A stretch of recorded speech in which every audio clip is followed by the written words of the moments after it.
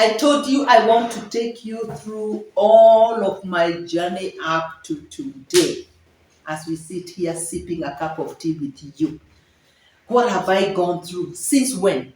Since 2021, October, when I applied for my DV until last week, 2023. I applied in 2021, realized I had won in May of 2022, got my visa last week of September 2023.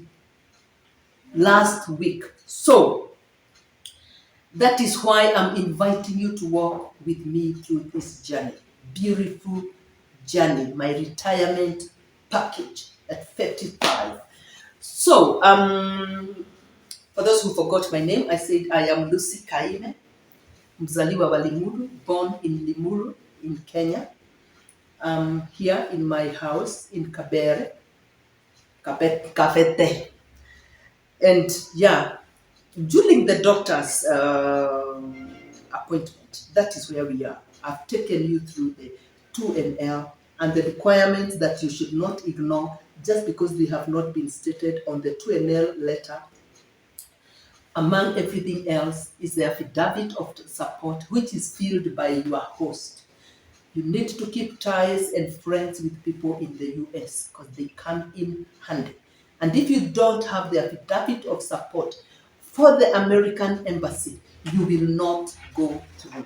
So you need to have a host who is willing to fill that document. A sensitive document, a big document, a document that can only be filled by someone who you believe in and who believes in you. So, when we were doing the second notification, there was this part where we were supposed to book for an appointment with the doctor. It was us to book, not the American embassy to book. They just put it there as one of the requirements. So we booked and we were given August, last month, August 7th. And my interview was last month, August 23rd. But I'll come to that because I had two different interview letters. One for August 22nd, one for August 23rd. So the day for my medical, I was supposed to be there at 7:30 in the morning. So me, I stay alone. My children are big. They all got their own homes and families. Those who are in Kenya, those who are not in Kenya. So I stay alone. So I didn't want to drive because the doctors had responded to our letter and said, once we go there, you have to get your own parking. They don't offer parking. So I thought Uber is easier. And so I went by Uber and I was there slightly before time and I found a very big queue already at 7. At 7. But now what amazed me is that there are people whose appointments were at 9 a.m. Maybe they thought by coming in earlier, but can you imagine they were all removed from the queue because the guard could check on your letter, what time is your appointment? He tells you your appointment is 9, stay aside, come at 9. So if your appointment is at 9, don't bother going at 6 or at 7 or at 8. Make sure you are there 8:45. At the worst, half past 8 because they were kept aside. Me, who almost came at 7:30, I was put in the queue because that was the appointment time. That is how much these people keep to their word. I was put on the queue, went through the gate. Of course, you are checked because this is actually a US facility. So it operates just like the embassy. So you go through the check, you are checked, things are taken, then you go through. My appointment was supposed to be between 7:30 to 11:30. Guess what? It finished at 11:30 on dot. That is how systems work.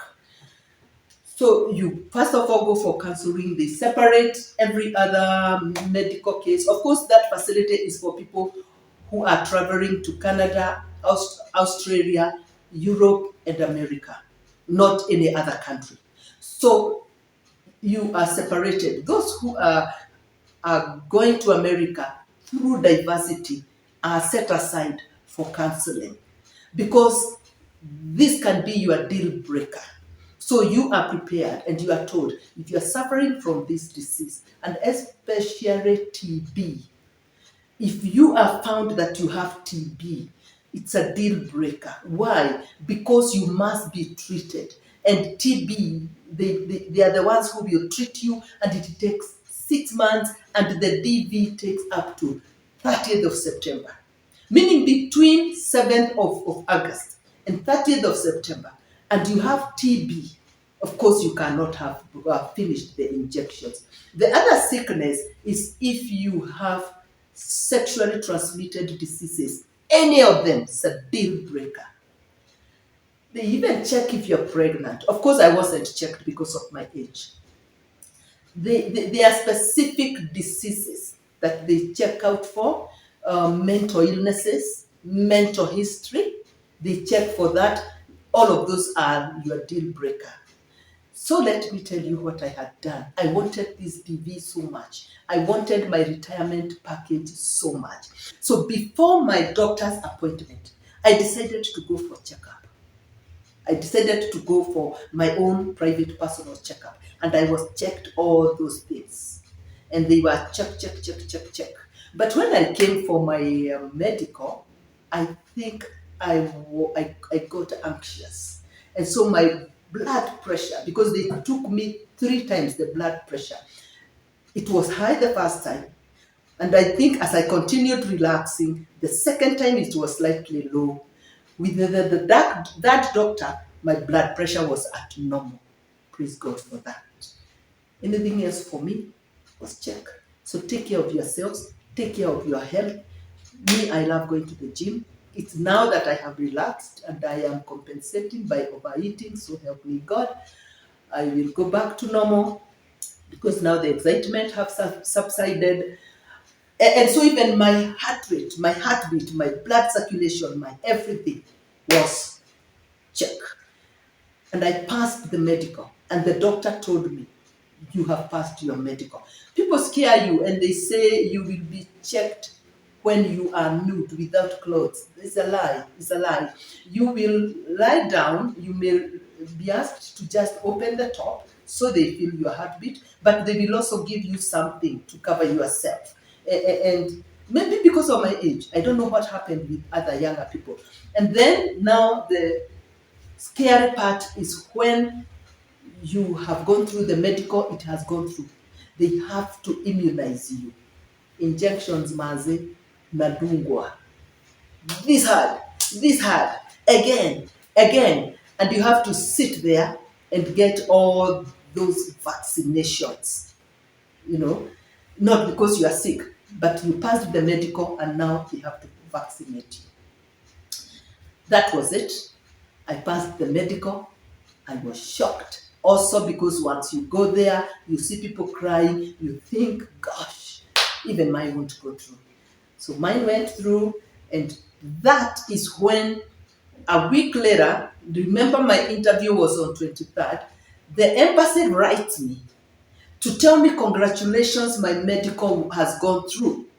We are expecting you on 22nd. Remember on my 2NL, my interview was on 23rd.